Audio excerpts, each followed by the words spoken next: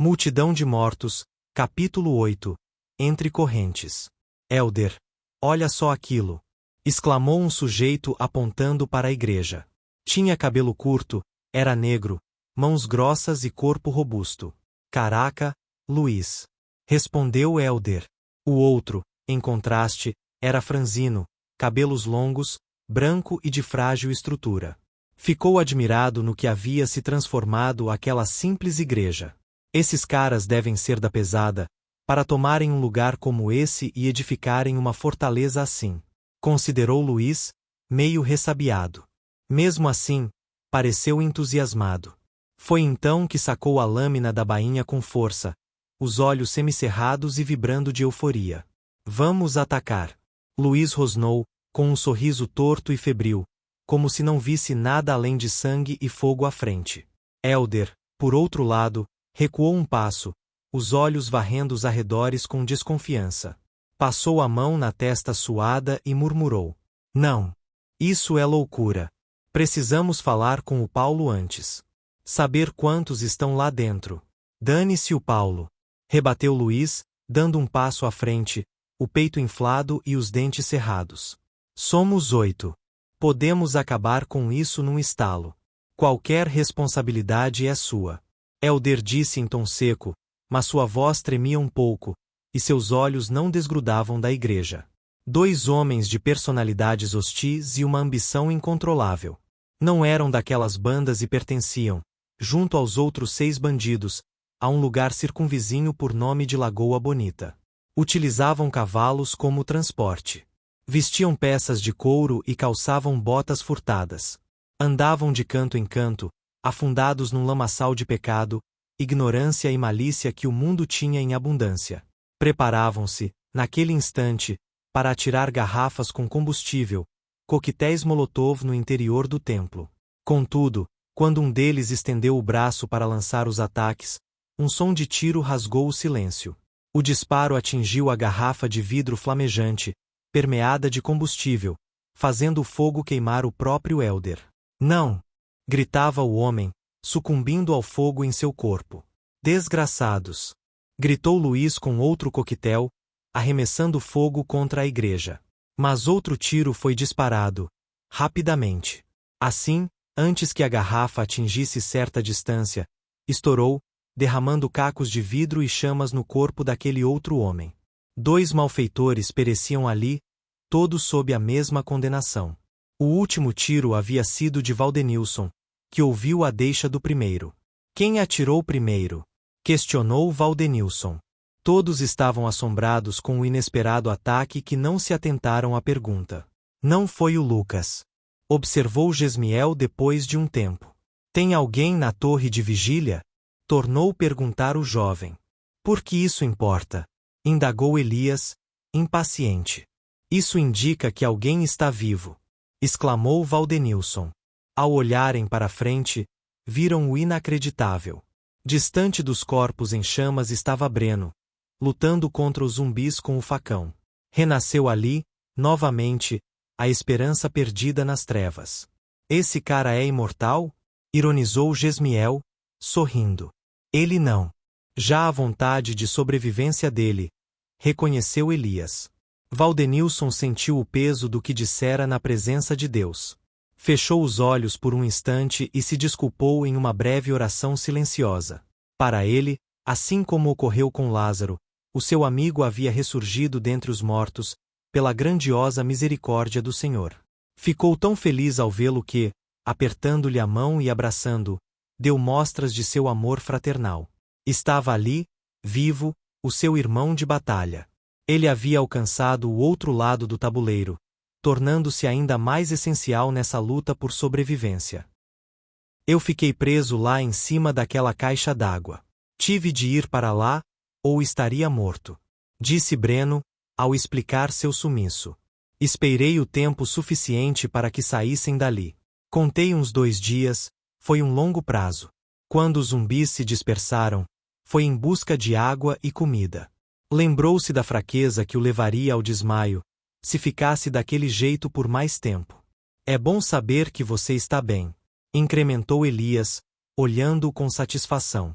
Pensamos que estivesse morto, disse Valdenilson, permanecendo em silêncio logo após. Como conseguiu atirar se estava sem munição? Perguntou Lucas, desconfiado. Era uma incógnita que ele buscava desvendar. Eu possuía um único cartucho, Breno respondeu. Mas queria guardar para o momento que eu precisasse mais. Estava pensando no extremo da aflição. Ou no suicídio. Lucas comentou, pondo palavras inexistentes na boca de Breno, que se mostrou contrariado. Você não deveria ter feito aquilo. Reprovou Gesmiel. Foi um erro meu não ter dado cobertura no mercado. Desculpe-me. Breno reconheceu. Mas você também não devia ter se descuidado. O que aconteceu lá, de verdade? Gesmiel ficou indiferente. Não quis revelar o motivo do erro que pusera sua alma em perigo. Em vez disso, arrojou as responsabilidades e frustrações que ele atribuíra a alguém que devia ser líder. Você colocou a nossa vida em risco, a sua também. Esbravejou Gesmiel. Eu entendo que cometi um erro, mas agora está tudo bem, disse Breno, tentando acalmar uma possível discussão. Você não devia ser líder desse lugar? Olha só, exclamou Lucas, exaltado. Está colocando a vida de todos em risco. Sua liderança levará todos nós à ruína. Concluiu Gesmiel, dando as costas. Era um momento de crise. O que outrora era alegria, transmutara-se na plena discórdia. As mentes de todos estavam abaladas, comovidas e permeadas pelo desespero. Uma péssima situação, que dividia o grupo. Uns tentando pôr a culpa nos outros. Como Adão fizera a Eva, e esta, com serpente, após lançar o pecado sobre todas as gerações posteriores. Breno, que estava sentado, levantou-se e declarou: Nós já estamos arruinados. Vocês mataram aqueles homens. Protestou Gesmiel, inconformado com a situação. Eles iam destruir isto aqui, iam nos matar. Valdenilson se posicionou impávido.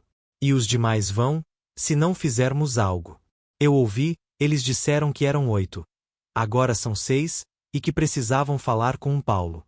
Eles virão até nós, revelou Breno. Por sua causa, bradou Lucas. Nós matamos zumbis, não pessoas. Não sou líder de ninguém, quero deixar isto claro. Não estamos em uma democracia, e também não sou nenhum pacifista. Nunca fui o líder de vocês. Eu apenas dou a minha ideia, como todos vocês fazem. Defendeu-se Breno. E fiquem sabendo, que no antigo e neste novo mundo, quem não elimina as ameaças acaba eliminado por elas. Horas depois, a sós, Valdenilson fez a Breno a seguinte petição. Eu preciso da sua ajuda. E em que posso ajudá-lo? Perguntou Breno, disposto a fazer qualquer coisa. Você sabe que o meu pai trabalhava numa fazenda aqui na redondeza. Confessou Valdenilson. Sim, eu sei. Eu gostaria de ir até lá, só para conferir, mas não posso ir sozinho, caso encontre o que não queira e não consiga lidar. Disse Valdenilson, hesitando. Entendo. Vou pegar o carro, daí partimos. Compreendeu Breno. Algum tempo depois, já em direção à fazenda, ambos conversavam sobre o grupo no carro. Eu queria dizer que entendo você, disse Valdenilson, olhando para Breno que dirigia o carro. Sabe, você está certo. Aqueles caras iam nos destruir, não sou favorável à ideia de matar pessoas, mas nesse caso. Breno pareceu incomodado. Você acha que eu sou? Que eu gosto da ideia de matar pessoas? Perguntou o amigo. Claro que não, articulou o jovem, ainda hesitante. É que uma parte do grupo não consegue entender os parâmetros da realidade. Alguns deles ainda são humanos demais para uma realidade animalesca, como essa. Concluiu. Eu não sou um psicopata, não tenho prazer de sangue nas mãos. Só compreendo que existem ameaças, existem obstáculos, os quais, se não forem vencidos, causarão dores a outras pessoas. Este mundo nunca foi um conto de fadas. Antes mesmo de esta coisa explodir, o mundo já era assim, mas de uma forma diferente. Agora, realmente, ele é o que é. Respondeu Breno. Chegamos. Acrescentou Valdenilson ao apontar para a fazenda. Abrindo a porteira, ele deu lugar à passagem do carro. Vou esconder o carro aqui, te encontro lá na frente, declarou Breno. Tá, concordou o jovem. Ao chegar em frente à casa da fazenda, Valdenilson viu o local deserto, mas 5 zumbis perambulavam por perto. Não havia sinais de ataque, mas também não havia sinais de resistência. De repente, os mortos todos foram alvejados por inúmeros disparos. Valdenilson se escondeu atrás de alguns troncos de madeira. Breno, ao ver os disparos, correu na direção do companheiro. De longe avistou um sujeito que apontou a arma para ele. Valdenilson, levantando o olhar devagarzinho, percebeu que era o seu pai. O homem ressabiado, ao ver uma movimentação estranha atrás dos troncos, começou a atirar loucamente. Para! Pai, sou eu, Valdenilson! Gritou o jovem. Quem? O homem hesitou, com os olhos arregalados. Ao se levantar, Valdenilson foi ao encontro de seu pai, que baixou a arma e içou os sentimentos.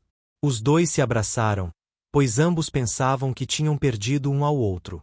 Quem ainda está vivo do povo de vocês? Perguntou o senhor, por nome de Valmir. Um homem negro, tendo olhos escuros e uma sombra de bigode como mais um aspecto de sua aparência facial. Trajava-se na simplicidade de uma vida ruralista, vestindo uma camisa branca e um short azul. Pelo que parece, ninguém além de mim, respondeu Valdenilson ao encarar seu pai. Que diabos aconteceu com este mundo? Disse o homem assombrado. Nem eu sei, respondeu o filho. Uma moléstia muito perigosa faz vítimas ao redor do mundo. Já há casos dessa doença aqui na região do Morro do Chapéu. Escutava-se as novidades no rádio, há meses. Nos noticiários da TV brasileira, nos canais enviesados do governo, o presidente iria transmitir uma mensagem no intuito de acalmar a população. O presidente Miguel Silva pode apresentar alguma solução a qualquer momento, dizia uma jornalista, esperando uma coletiva de imprensa que ocorreria com o presidente, no Palácio do Planalto. Senhor presidente, que tipo de prevenção o governo federal está tomando? Quais são as medidas para o combate efetivo dessa doença? Perguntava a imprensa ao indigesto presidente. Ainda não sabemos qual o tipo de peste, qual a espécie dessa enfermidade. Retorquiu o presidente, atrás de um púlpito que estava repleto de microfones, tentando se livrar da acusação de negligência sanitária que a imprensa começava a insinuar. Entretanto, o governo federal, com o auxílio do Ministério da Saúde e com a ajuda das Forças Armadas, nós todos estamos tentando solucionar este problema. Muito obrigado, concluiu o homem baixo, de rosto desprezível, semelhante a uma múmia. Escondeu-se entre os seguranças para escapar da pressão popular contra sua gestão corrupta e infame. Senhor presidente, espere! Clamaram os jornalistas. O senhor não respondeu aos nossos questionamentos. A imprensa presente não era muito diferente do miserável antagonista do povo, protagonista de uma velha política carcomida que há tempos dominava a nação. Só cobravam respostas e estavam ávidos por uma providência, porque viam um iminente perigo de morte nas suas vidas e mordomias. A imprensa agia como um quarto poder. Recebia, sim, verbas ilegais e calava-se diante do vilipêndio feito ao povo. A mídia sempre fora, portanto, uma espécie de meretriz de quem pagava mais. Ratos festejavam com o queijo do povo, empurrando o país ao precipício. Estamos sendo atacados, gritava um soldado, empunhando o fuzil e disparando para cima. Eles estão aqui. Meu Deus! Dizia a ansiosa jornalista, corpo escultural, cabelos lisos, que antes entrevistara o presidente. Uma pena que seus atributos físicos e financeiros não tenham lhe garantido a salvação. Morreu ali, junto aos outros membros da imprensa, mordidos e ensanguentados, prontos para fazer parte de uma nova multidão irracional e sem vida. Comunicado urgente. Não saiam de suas casas, guardem o maior número de alimentos possível, água, mantimentos. A coisa promete ficar séria. O governo federal e a OMS já falam em epidemia incurável.